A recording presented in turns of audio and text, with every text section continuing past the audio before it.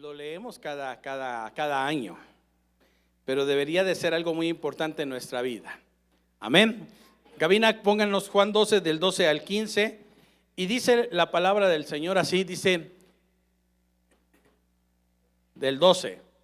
El siguiente día, grandes multitudes que habían venido a la fiesta, ponga atención, dice, al oír que Jesús venía a Jerusalén, versículo 13 por favor, tomaron ramas de palmera y salieron a recibirle y clamaban: Hosana, bendito el que viene en el nombre del Señor, el Rey de Israel.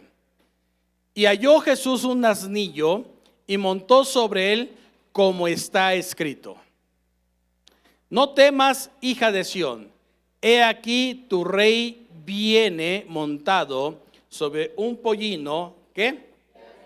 De asna. Siéntese, por favor. Yo quiero que en esta tarde, quiero empezar este mensaje porque es una de las semanas que para la iglesia cristiana evangélica también tiene que ser muy importante.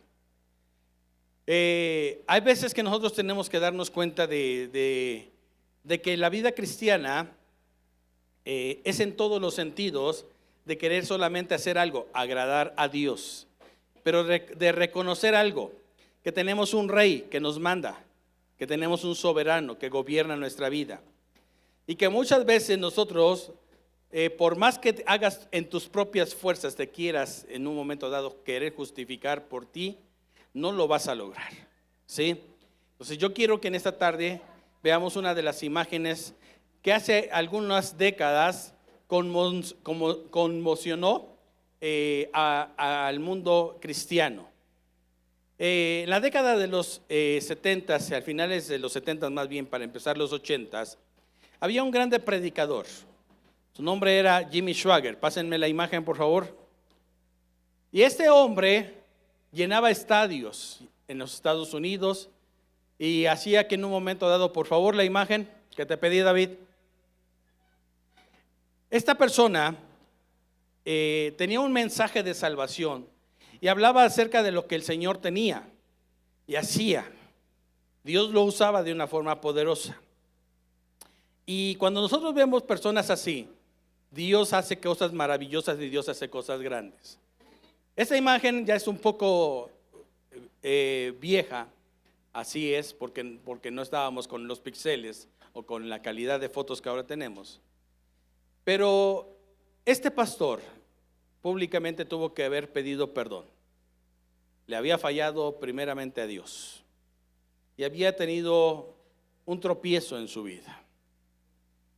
Y aparentemente, muchas veces nosotros vamos a darnos cuenta de que el diablo siempre va a querer tirar a los hijos de Dios y va a usar a gente que sea gente de influencia.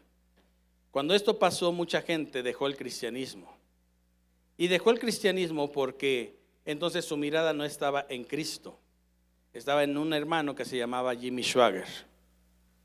Después, en ese tiempo,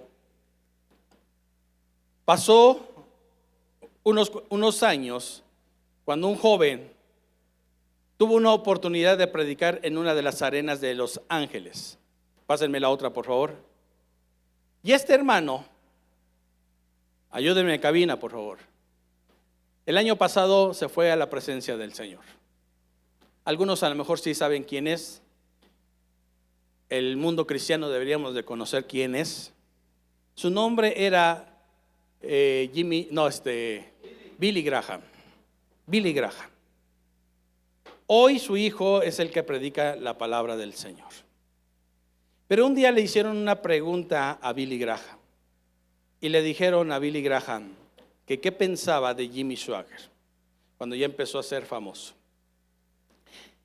Y él en una conferencia delante de cámaras dijo: lo que le sucedió al pastor Jimmy Swaggart me puede también suceder a mí, porque nadie está exento. Nunca pongas, decía Billy Graham, tu mirada en el hombre, porque el hombre va a ser atacado por el enemigo, va a ser destruido por el enemigo.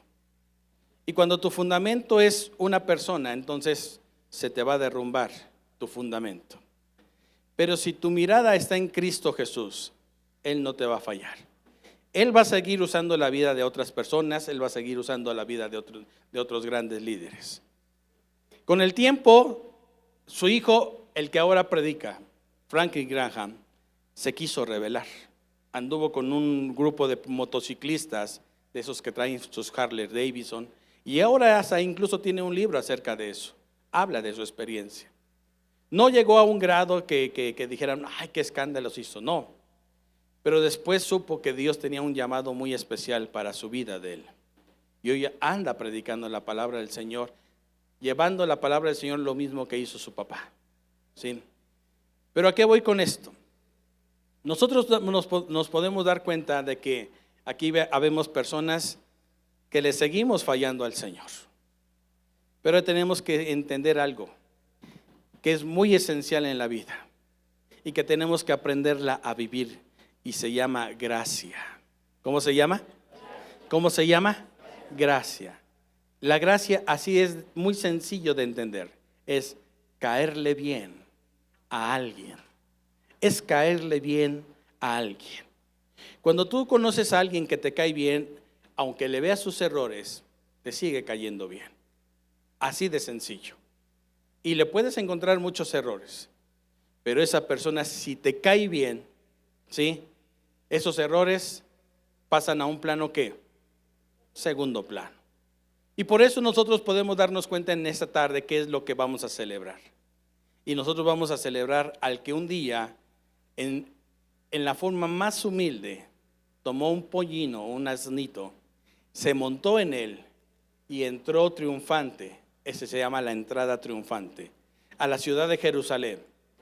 Y en ese momento, escuche bien, era por costumbre que antes de empezar la fiesta más grande del pueblo de Israel, ¿sí?, antes de que eso sucediera, ¿sí?, todo mundo arrancaba las palmeras de los árboles y empezaba a entrar a Jerusalén tendiéndola en el piso y gritando, Hosana, bendito el que viene en el nombre del Señor. ¿Sí? Y casi lo puedo ver, como el Señor Jesucristo puede ver que en una profecía que estaba casi imposible de que sucediera en otro momento, en el tiempo exacto, Cristo entra a la ciudad de Jerusalén como el Rey de Reyes y como el Señor de Señores. ¿Cuántos lo creen esta mañana? ¿Le puede dar un fuerte aplauso al Señor? Amén. Ahora, yo quiero que vayamos ahora al Lucas capítulo 4. Lucas capítulo 4, por favor. Y vamos a hacer algo en esta mañana, de ir viendo algunas cosas con respecto a este pasaje de la Escritura que es el Rey de Reyes y el Señor de Señores, camino al Calvario. ¿Ya lo tienen ahí? Lucas capítulo 4, versículo 18 dice, el Espíritu del Señor está sobre mí. Está hablando Jesús, se le dio el libro del profeta Isaías. Encuentra el Señor Jesucristo la parte que le corresponde ese día leerse en el templo. Y esta profecía también se cumple 3 años de que esto suceda. 3 años de que Juan diga en su evangelio que entró triunfante. El Señor Jesucristo entra por primera vez a enseñar, a traer el mensaje de la palabra del Señor. Pero por eso yo quiero que usted vea algo que es muy importante. Nosotros podemos darnos cuenta de un Cristo que muchas veces nosotros podemos pensar lo que a veces la gente tiene, ¿sí? Pero yo quiero que usted, el concepto que la gente tiene es traer a Cristo en su cartera o colgado en su cuello, o pensar en Cristo como una persona, pues que simple y sencillamente esta semana hay que celebrarlo como si fuera su cumpleaños. Ok. Dice el versículo 16 para que veamos esto. Dice, vino a Nazaret donde se había criado y en el día del reposo entró a la sinagoga conforme a su costumbre. ¿Conforme a su qué? ¿Conforme a su qué? Conforme a su costumbre. y se levantó a leer.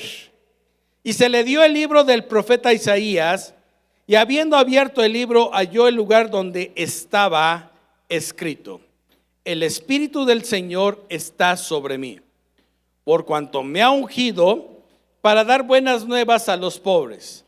Me ha enviado a sanar a los quebrantados de corazón, a pregonar libertad a los cautivos y vista a los ciegos, a poner en libertad a los oprimidos, a predicar el año agradable del Señor. Y enrollando el libro, lo dio al ministro. ¿A quién lo dio? ¿A quién lo dio? Al ministro. Y se sentó. Y los ojos de todos estaban en la sinagoga, estaban fijos en él. Y comenzó a decirles: hoy se ha cumplido esta escritura delante de vosotros, delante de ustedes. ¿Cuál escritura se cumplió? Isaías, la profecía de Isaías, que se iba a levantar una persona con el ungimiento ¿de quién? Del Espíritu, por cuanto me ha ungido el Señor. ¿Sí? Ahora, yo quiero que usted ponga atención en esto. Para ungido hay dos palabras. Una en hebreo, ¿sí?, que es Mashiach, que es el ungido, el Mesías. Y la otra es Christos, no con C, sino con, casi como si usted arrastrara la H o la J con la R, Christos. Pero hoy en nuestro vocabulario español le ponemos Cristos, ¿sí? Y que significan lo mismo, el ungido. ¿Qué significan? El ungido. Ahora, las únicas personas en los tiempos bíblicos que tenían esta unción eran dos tipos de personas: los reyes y los sacerdotes. ¿Por qué? Porque no era muy dado que hoy, como en este tiempo, hay muchos profetas. Los profetas hacían profetas, pero no todos estaban con la unción del aceite del Espíritu Santo. Ahora, ¿cómo venía la unción?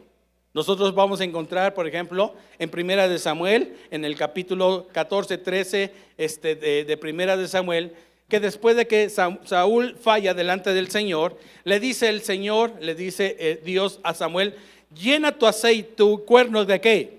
De aceite, y ve a la casa de Isaí y unge a uno de quienes, porque yo lo voy a hacer rey. Entonces, ¿cuál era el ungimiento de David? ¿Para hacer qué? ¿Para hacer qué? Para ser rey, ¿ok? Y así nos vamos a dar cuenta que después, antes, ¿sí?, en el libro de Éxodo, también se prepara el aceite de la unción. Y entonces Aarón tenía que tomar del aceite y ponerlo sobre los sacerdotes para que ministraran en la casa de ¿quién? ¿En la casa de quién? En la casa de Jehová. ¿Por qué quiero que usted entienda esto? Porque delante del Señor, usted y yo somos dos cosas: reyes y sacerdotes. ¿Qué somos? A ver, ¿qué somos? Reyes y sacerdotes, ¿ok? Y tenemos que entender que son cosas muy diferentes. El sacerdote lleva al pueblo, lleva a la gente a la presencia de Dios. Pero el rey lleva al pueblo a la victoria, a que tenga un orden, a que esté bien el pueblo. ¿Sí me di a entender en esta tarde? Ahora, si nosotros entendemos en esta tarde cómo entonces el Señor Jesucristo llega al templo como era su costumbre, ¿cómo era su qué? ¿Cómo era su qué? Entonces hay algo que nosotros vamos a darnos cuenta, ¿sí? El Señor Jesucristo no se presenta nada más de la casualidad, sino su costumbre era escuchar la palabra de Dios. ¿Escuchar qué? La palabra de Dios. Ahora, ¿por qué nosotros tenemos que entender esto? La iglesia muchas veces vive sin legalidad. ¿Sin qué? Sin legalidad. ¿Qué es esto de la legalidad? Por ejemplo, si usted ve a una persona que viene del extranjero sin un pasaporte y sin una visa está dentro del país ilegalmente. ¿Estamos aquí? ¿Cierto o no es cierto? ¿Verdad? Ahora, se la voy a poner de esa forma más sencilla. Aunque nosotros somos mexicanos, de este lado, en este lugar, pertenecemos al municipio de ¿qué? Pero de aquí a 2 cuadras, ¿a qué municipio pertenece? ¿La policía de Ecatepec tiene jurisdicción aquí? ¿La policía de Coacalco tiene jurisdicción aquí? ¿De allá? No. ¿Y qué nos separa nada más? Una calle. Entonces, para que ellos tengan legalidad, lo tienen que hacer dentro de. ¿Sí me estoy dando a entender en esa tarde? ¿Sí? Y póngame atención en esto, mis hermanos. Jesucristo siempre caminó con legalidad. Y para que Él empezara a predicar el año agradable del Señor, tuvo que esperar el tiempo exacto en el que se iba a cumplir una profecía dada 650 años antes. ¿Sí se da cuenta de lo que le estoy diciendo? 650 años antes, para que llegase a cumplirse en el tiempo justo, a la hora justa, en el día justo, en el lugar indicado, para que Cristo saliera. Y en ese momento, ese carpintero, ese hombre que hizo muebles, ese hombre que vivió con su madre, ese hombre que tuvo a sus hermanos alimentándolos, ese hombre empezara a hacer lo que el Padre Celestial le había encomendado. ¿Sí estamos entendiendo en esta tarde? ¿Cuál era el propósito de esto? Lo dice lo que leyó él. Por cuanto el Espíritu del Señor está sobre mí, por cuanto me ha enviado. ¿Me ha en qué? Me ha enviado. Esto es bien interesante entenderlo, iglesia. Porque si nosotros aprendemos lo que el Señor Jesucristo nos deja, nosotros sabemos muy bien qué es lo que el Señor Jesucristo puede hacer en una iglesia que camina con legalidad. Cuando hay una iglesia que camina con legalidad, es una iglesia respaldada por el Señor. ¿Qué pasa cuando no vives en la legalidad del Señor? El Señor no te va a respaldar. El Señor no va a estar. Ahora, le vas a ver pecados a todo mundo. Le vas a ver errores a todo mundo. Vas a querer estar haciendo cosas que en un momento dado, ¿sí?, salen muchas veces hasta de tu emoción. Y eso es más peligroso de lo que tú te puedas imaginar. Pero cuando tú caminas con legalidad, puedes ir, celebrar lo que Dios tiene. Por ejemplo, hoy vamos a ir a celebrar lo de la gran aventura con los niños de Ecatepec y Tecámac. Y eso es la legalidad que el Señor nos da. Ir y hacer discípulos. ¿Sí lo estamos entendiendo en esta tarde? Y por eso es que nosotros como iglesia deberíamos de estar contentos de lo que Dios está haciendo a través de nuestras vidas. ¿Estamos aquí? ¿Estamos aquí, iglesia? Ahora, ¿por qué es muy importante entender esto de la legalidad? Porque el Padre siempre se agradó del Hijo por algo que siempre Él sabía hacer. ¿Cuál era? Obedecerlo. ¿Qué hacía? ¿Qué hacía? A veces nosotros queremos tener una apariencia porque la gente nos ve. Pero detrás de esa apariencia muchas veces hay un espíritu de desobediencia. Y cuando la gente no nos ve, hasta hablamos mal de los jefes, de los padres. No los obedecemos como deberíamos. La autoridad delegada de parte de Dios, el Dios la va a respaldar. Así sea muy absurdo lo que muchas veces hacen los padres con los hijos. Es que me tienes que avisar por eso, si ya soy grande. Pero la legalidad te va a respaldar. Dios va a respaldarte. Hay gente que le dice, oye, vente para acá, estamos dando una clase, y no se viene para acá. ¿Y qué sucede? Quieren después ministrar, ¿y qué sucede? Abrieron una puerta de ilegalidad. Si estoy me estoy dando a entender en esta tarde de lo que Dios tiene para nosotros como iglesia. ¿Sí? El por qué entender todo esto, porque no solamente era porque él iba a entrar con un pollino, un asnito. Él pudo haber entrado con el mejor caballo de ese momento.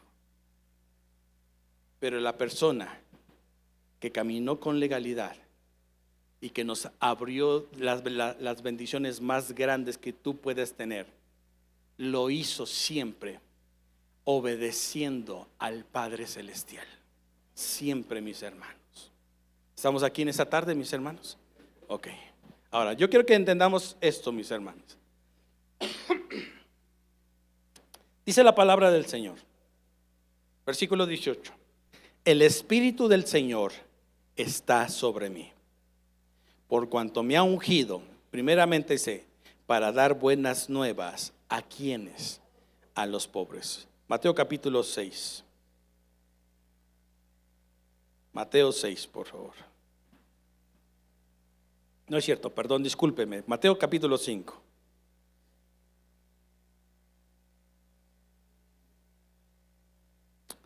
Versículo 3. Amén. Ahora, nosotros vemos en 4 evangelios las diferentes fases de lo que hace en cada evangelio el Señor Jesucristo. Por ejemplo, Marcos no habla acerca de lo que el Señor Jesucristo hace en el tiempo de su nacimiento, sino que Marcos luego hace ver al Señor Jesucristo siendo bautizado por Juan el Bautista en el capítulo 1, así de entrada, rápido, ¿sí? Marcos no se toma el tiempo de analizar algunos puntos, ni mucho menos lo de su genealogía. Juan también, o sea, Juan habla del esplendor del Señor Jesucristo y lo hace ver como la luz que viene al mundo para salvar a los pecadores. Estamos aquí, lo quiero ubicar primeramente. Sin embargo, Lucas y Marcos hablan acerca de la genealogía del Señor Jesucristo, hablan un poco de su niñez. Lucas habla acerca de cuando va al templo, se pierde, ¿sí? Mateo habla acerca de lo que en un momento dado el Señor Jesucristo hace como referencia en cuanto de repente también llega al templo, pero como que hay un pequeño detalles en esas dos versiones. Ahora, yo quiero que usted entienda esto, mis hermanos. Lo que vamos a ver a continuación, ¿sí?, nos tiene que enfocar acerca de lo que el Señor Jesucristo, según Mateo, después de que el Señor Jesucristo sale a predicar, su primer sermón para Mateo es el famoso sermón del ¿qué? El famoso sermón de ¿qué? Del monte, ¿sí? De ahí que hasta el día de hoy hacen una pregunta. En la escuela de teología hacen una pregunta y lo primero que te preguntan es ¿cuántas predicaciones dio el Señor Jesucristo? Y sabe, casi todos truenan en eso, porque de repente empiezas a analizar ¿sí? Y para Mateo, el Señor Jesucristo fue nada más una sola predicación de su vida. Para Mateo, una sola predicación que dio el Señor Jesucristo. Y es Mateo 5, Mateo 6 y Mateo 7. No son diferentes lugares, es el mismo lugar. Es el mismo lugar. ¿Qué habla? De las bienaventuranzas, pero también habla de la luz del mundo, de la sal de la tierra, ¿sí?, del orar. En todos esos 3 capítulos, el Señor Jesucristo les enseñó a sus discípulos todo lo que iban a hacer con Él en 3 años y medio. Es interesante esto, ¿no es cierto? Ahora, pero lo primero que menciona en este sermón Jesucristo es: bienaventurados los pobres en espíritu, porque de ellos es el reino de los cielos. La versión que les voy a leer dice de esta forma: dichosos los que reconocen su pobreza espiritual, porque de ellos es el reino de los cielos. ¿Cuál es la pobreza de la que habla el Señor Jesucristo? ¿Económica? Espiritual. ¿Sí? Nosotros tenemos que darnos cuenta que cuando el Señor Jesucristo empieza diciendo para dar buenas nuevas a los pobres, buenas nuevas a los pobres. ¿Por qué? Existía en el pueblo un grupo de personas que se encargaba de enseñar la palabra del Señor, pero que a mucha gente le estaban condenando. veían los errores en todos lados y les hacía falta entender que había un Padre que los amaba, y les habían creado una pobreza espiritual. Sabes que cuando una persona reconoce que necesita del Señor, entonces lo que vas a provocar en ti es querer conocer al que puede llenar tu pobreza espiritual. ¿Qué tanto sabes que Dios puede saciar esa pobreza espiritual? ¿Dónde la sacias más bien? ¿Dónde estás buscando para que esa pobreza espiritual vaya acabándose en tu vida? ¿Qué es lo que tú le das? ¿Estás dispuesto a entregarle al Señor, si es tu corazón, para que tu pobreza espiritual se termine y empezar a buscar realmente al Dios de la Biblia? Cuando hablamos de Jesús, siempre se nos vienen imágenes de una persona güerita, cabello rubio, ojos azules. ¿Y sabes por qué? Porque nos vendieron al Cristo europeo y nunca nos dijeron que el Cristo europeo era el concepto de la iglesia tradicional, que así lo hicieron.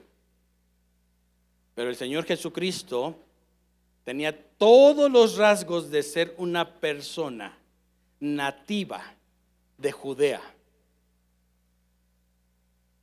Tosco, piel morena, porque era gente de trabajo. Pero hoy es difícil concebir a Jesús. ¿Sabes por qué? Porque las tradiciones nos han hecho mucho daño. Y a veces hablamos de Jesús, pero tenemos pobreza espiritual.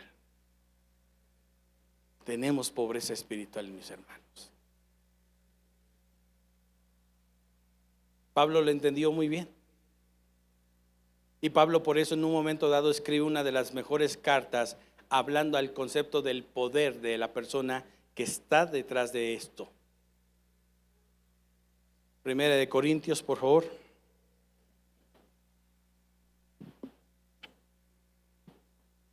Primera de Corintios, capítulo 2.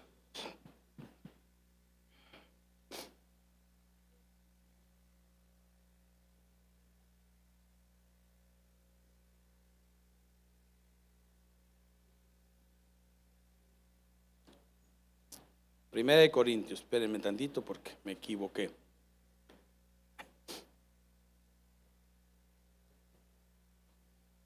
¿Ya lo tienen ahí? Ahora pongan atención en este versículo que va a ser el versículo 6, pero empecemos desde el 1, dice: así que hermanos, cuando fui a vosotros para anunciaros el testimonio de Dios, no fui con excelencia de palabras o de sabiduría, pues me propuse no saber entre vosotros cosa alguna, sino a Jesucristo y a este, y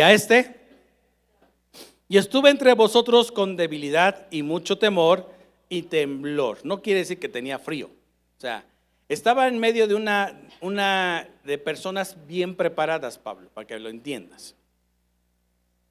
Entonces Pablo llega el momento en que le va a tener que dar a estas personas una enseñanza acerca de Cristo, pero sabe muy bien con qué personas está hablando. Por eso está diciendo: no fui con excelencia de palabras de humana sabiduría. Y dice después: y ni mi palabra ni mi predicación fue con palabras persuasivas de humana sabiduría, sino con demostración del Espíritu y de poder. ¿Sino con demostración de qué? Para que vuestra fe no esté fundada en la sabiduría de los hombres.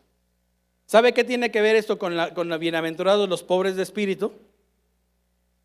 La iglesia ha permitido que le den mucha basura. Decláralo, decrétalo. Pero no le dicen a la iglesia: tienes que tener un corazón recto delante de Dios. Tú síguelo haciendo, no importa. Al fin y al cabo que entre más lo declares lo vas a recibir.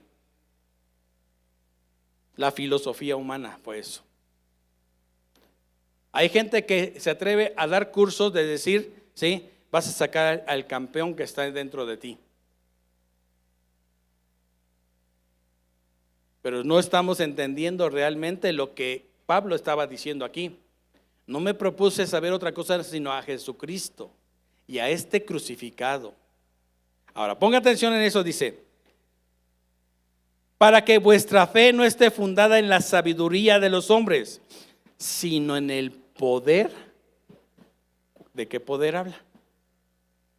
Del Espíritu. Porque si una persona tiene pobreza espiritual, para que esa pobreza se termine, tiene que llenarse de la fuente, de lo espiritual. Y solamente quien llena la vida de una persona es el Espíritu de Dios. Porque es lo que nos da vida. Jesucristo lo dijo. El Espíritu es el que da vida. La carne para nada ¿qué? Las palabras que yo les hablo son espíritu y son ¿qué? Y son vida. ¿Sabe por qué mucho cristiano está buscando en internet el libro de fulano de tal para ver lo que ese hombre le puede traer y no leer la fuente del Espíritu? Y se llena de la fuente humana. ¿Sí me está entendiendo en esta tarde? Entonces mucha gente vive en pobreza espiritual porque quiere. Imagínense, en el tiempo de Jesús estaban esperando a que el famoso Nicodemo ya sacara su libro para leer lo que traía él. Y el Señor Jesucristo lo detecta. Entonces después de que dice el Señor Jesucristo de que se le da el libro del profeta Isaías, dice, por cuanto me ha ungido. ¿Para qué? Para dar buenas nuevas, buenas nuevas. ¿Sabe qué significa esta palabra? Evangelio. Evangelio significa buenas nuevas, buenas noticias. Y lo primero es para que los pobres dejen de ser ¿qué? Pobres. Pero ¿cómo uno puede tener esto? En el poder del Espíritu de Dios. ¿Está aquí? ¿En el poder de quién? Del Espíritu de Dios. Ahora ponga atención el versículo que sigue, dice, sin embargo, hablamos sabiduría entre los que han alcanzado ¿qué?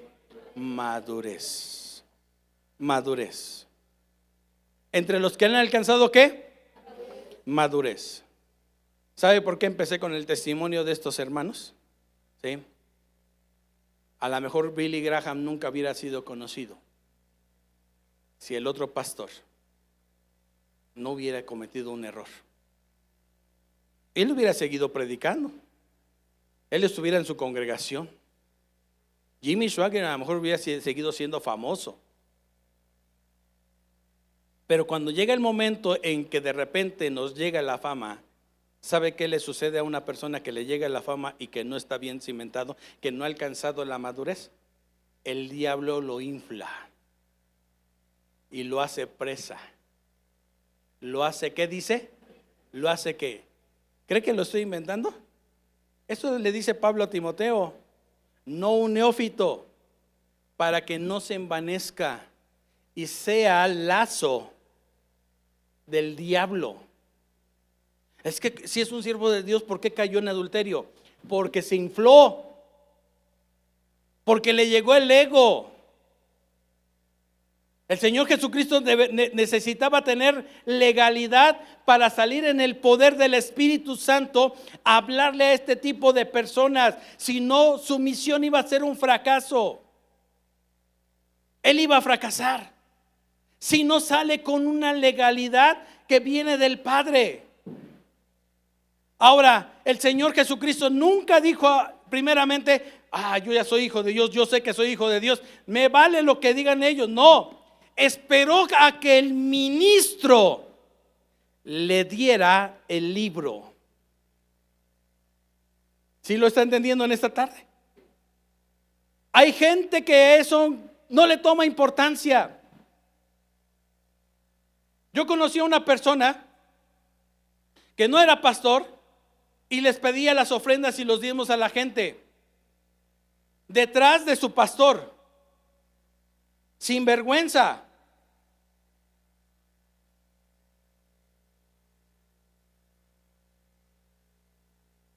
Un día a esta persona le dijeron: es que tú tienes un llamado de apóstol. A los 8 días, ¿sabe qué dijo que era? Apóstol. Y se mandó a hacer sus tarjetas. Fuera de toda legalidad.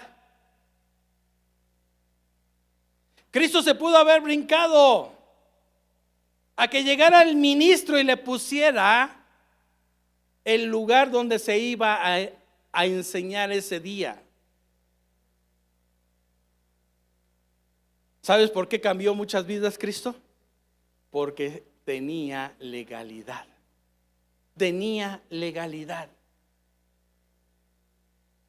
Este versículo dice: sin embargo, hablamos sabiduría entre los que han alcanzado madurez. Por eso es que cuando al pastor Billy Graham le preguntaron: ¿qué piensa usted de Jimmy Swaggart? Él dijo, palabra muy sabia, madurez. Lo mismo que le pasó a él me puede pasar a mí.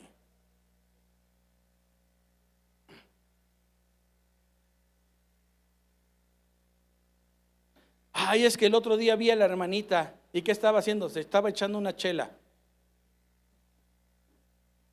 Lo mismo que le pasa a ella te puede pasar a ti.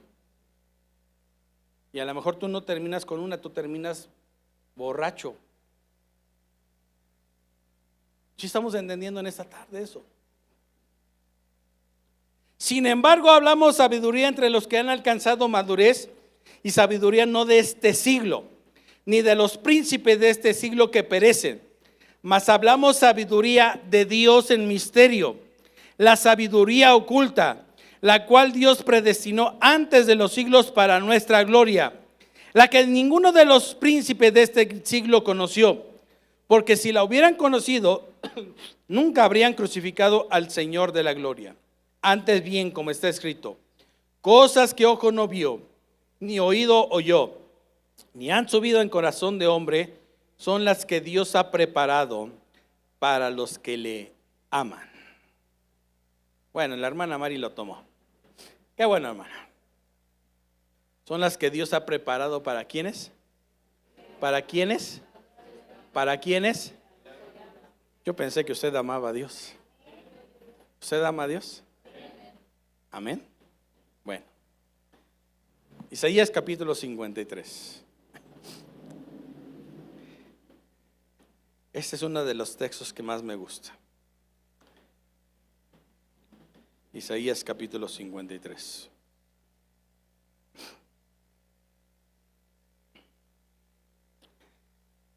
¿Ya lo tienen ahí? Ahora póngame atención en esta tarde, mi hermano, por esto. Todos sabemos muy bien que este es un texto de mucha bendición. ¿Cuántos dicen amén? Pero es un texto que han quitado ahorita de uno de los más grandes libros del Talmud. Isaías 53 lo están queriendo quitar. ¿Y sabe por qué? Porque les ha pegado y no han querido reconocer a Cristo como el Rey de Reyes y el Señor de Señores. Primero empezaron con esto, dijeron, ese texto no se refiere a Jesús de Nazaret, ese texto se refiere a Israel. Y cuando les comprobaron que no se refería a Israel, entonces ahora lo están queriendo quitar. Y si usted googlea, ha sido muy atacado Isaías 53. ¿Por quiénes? Ahora incluso por muchas personas que hablan mucho de ¿qué cree? De los rabinos, ¿sí? De aquellos que no quieren a Jesús. ¿Ok? Pero vamos a ver algo que yo quiero que usted vea en esta tarde. Dice, ¿quién ha creído a nuestro anuncio? ¿Y sobre quién se ha manifestado el brazo de Jehová. Subirá cual renuevo delante de él, y como raíz de tierra seca no hay parecer en él, ni hermosura, ni le veremos, mas inatractivo para que ¿qué? ¿Verdad que no tiene nada que ver con el Cristo europeo? Nada. Nada que ver con el Cristo europeo.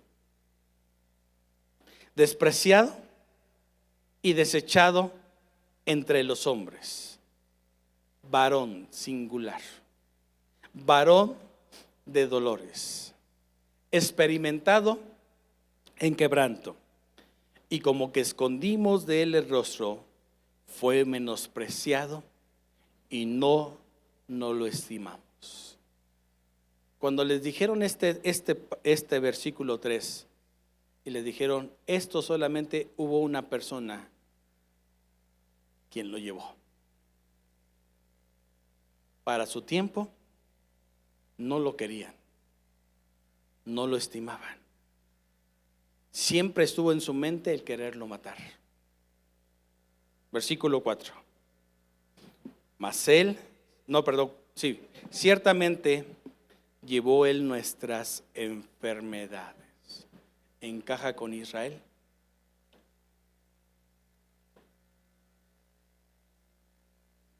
Ciertamente llevó él nuestras enfermedades y sufrió nuestros dolores. ¿Y qué más? Y nosotros, ahí sí se refiere a ellos, y nosotros le tuvimos por azotado, por herido de Dios y abatido. Mas él fue herido por nuestras rebeliones, molido por nuestros pecados.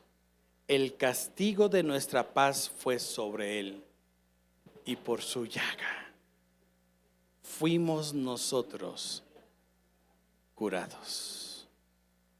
Por su llaga fuimos nosotros, ¿qué? Curados. Yo quiero que en esa tarde empecemos a meditar en esto, mis hermanos. ¿Qué tanto valoramos Isaías 53 nosotros como iglesia? ¿Qué tanto hoy venimos agradecidos con el Señor de poderle decir todo eso que está describiendo Isaías no era, ni se cumplió en ningún rey, porque para el tiempo de Isaías ya iban a ser todos llevados cautivos? Ya no iba a volverse a levantar un rey hasta que le impusieron el rey Herodes. 650 años se quedó esta profecía que aparentemente a lo mejor no se iba a cumplir, pero que llega una persona, un carpintero, y se le da el libro del profeta Isaías para leer: el Espíritu del Señor está sobre mí, está sobre mí. Y esta profecía de Isaías 53, entonces, desde ese día empezó a tener cumplimiento paso a paso. Pareciera como que a Isaías le hubieran pasado la película de lo que iba a suceder con el Señor Jesucristo, y la narró como es. Y cuando el Señor Jesucristo se da cuenta de eso, llega el momento en que Él empieza a sanar a los quebrantados, a sacar de la cárcel a la gente. Yo le quiero dar gracias a Dios en esta tarde, porque solamente Él lo hizo para nosotros. Y no estamos aquí para llorar, estamos aquí para celebrar, para darle la gloria, para darle la honra. No estamos aquí para cumplir una semana que nos portemos bien. Estamos aquí para glorificarlo, para exaltarlo, para reconocer realmente de dónde nos sacó, qué fue capaz de hacer para que nosotros pudiéramos dejar a lo mejor una cárcel, un dolor que nadie podía quitarnos, que a lo mejor muchas veces alguien te pagó mal, pero que Él te comprendió porque se sintió despreciado por su gente. Que a lo mejor en un momento dado tú entiendes en este tiempo que hay mucha gente a la que no le vas a caer bien, porque le hablas de Cristo, le predicas a Cristo. Pero que también él, cuando hablaba de su Padre Celestial, en ese momento lo quisieron apedrear.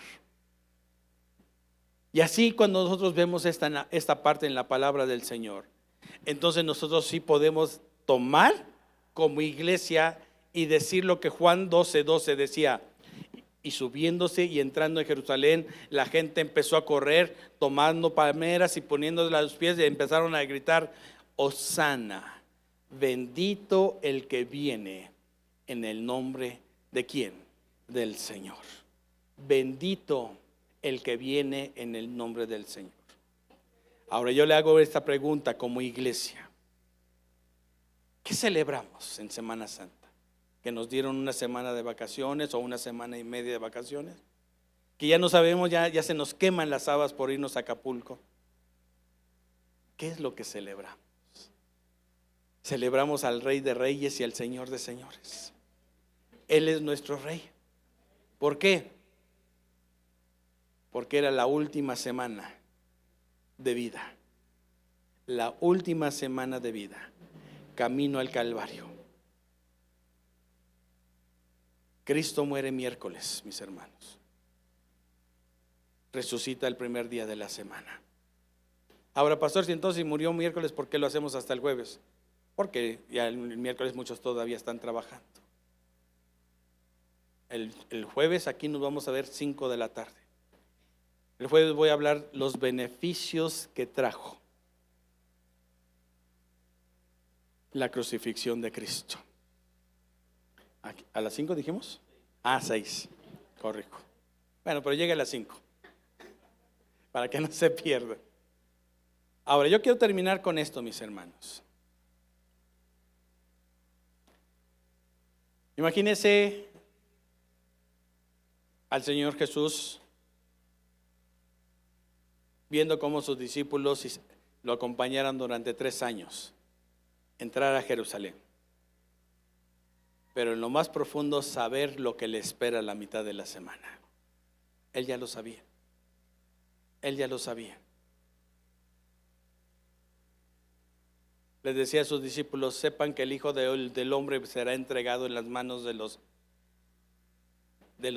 la gente, dice. Pero al tercer día voy a resucitar. Pedro le dijo: Señor, no vayas. En buena onda, Señor. Mira, si estos cuates no quieren ir contigo, yo no voy a permitir que eso te pase.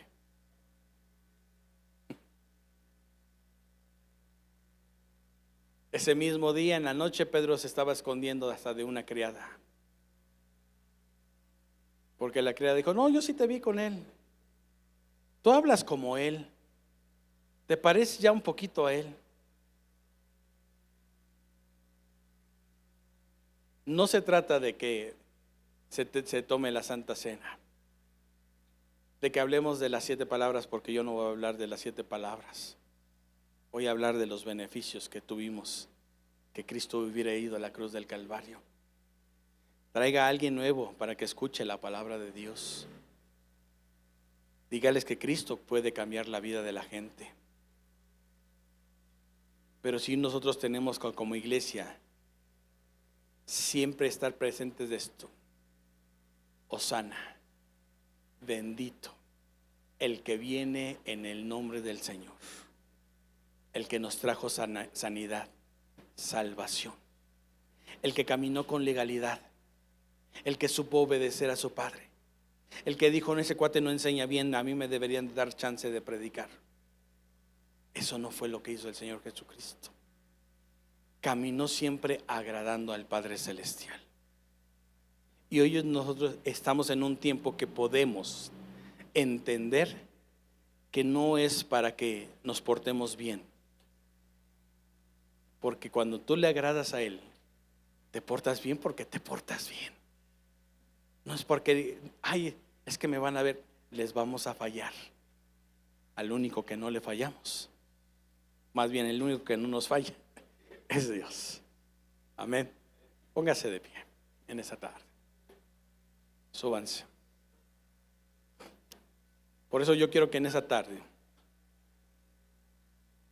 cantemos un canto bien viejito, pero tiene mucho sentido. Y eso debería de ser siempre en nuestra vida. Entender algo. O yo siempre amaré a Jesús, que en sus triunfos mi gloria Él será. Que algún día en vez de una cruz, mi corona Jesús me dará. Pero yo quiero que pongamos atención en una estrofa que me gusta mucho en lo particular, que dice: y aunque el mundo desprecie la cruz de Jesús, para mí tiene suma atracción. No porque te quieras colgar una cadenita con una crucecita, sino que entiendas, pues en ella llevó el Cordero de Dios de mi alma, ¿qué dice? La condenación. Yo quiero que medites en esta tarde. Si le has fallado al Señor, Él es fiel y justo para perdonarnos todos nuestros pecados. Él es grande y maravilloso.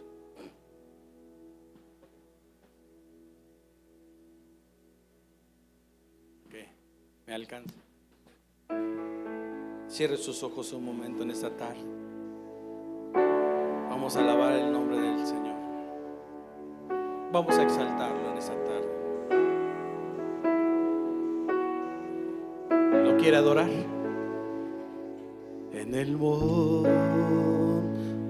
Calvario está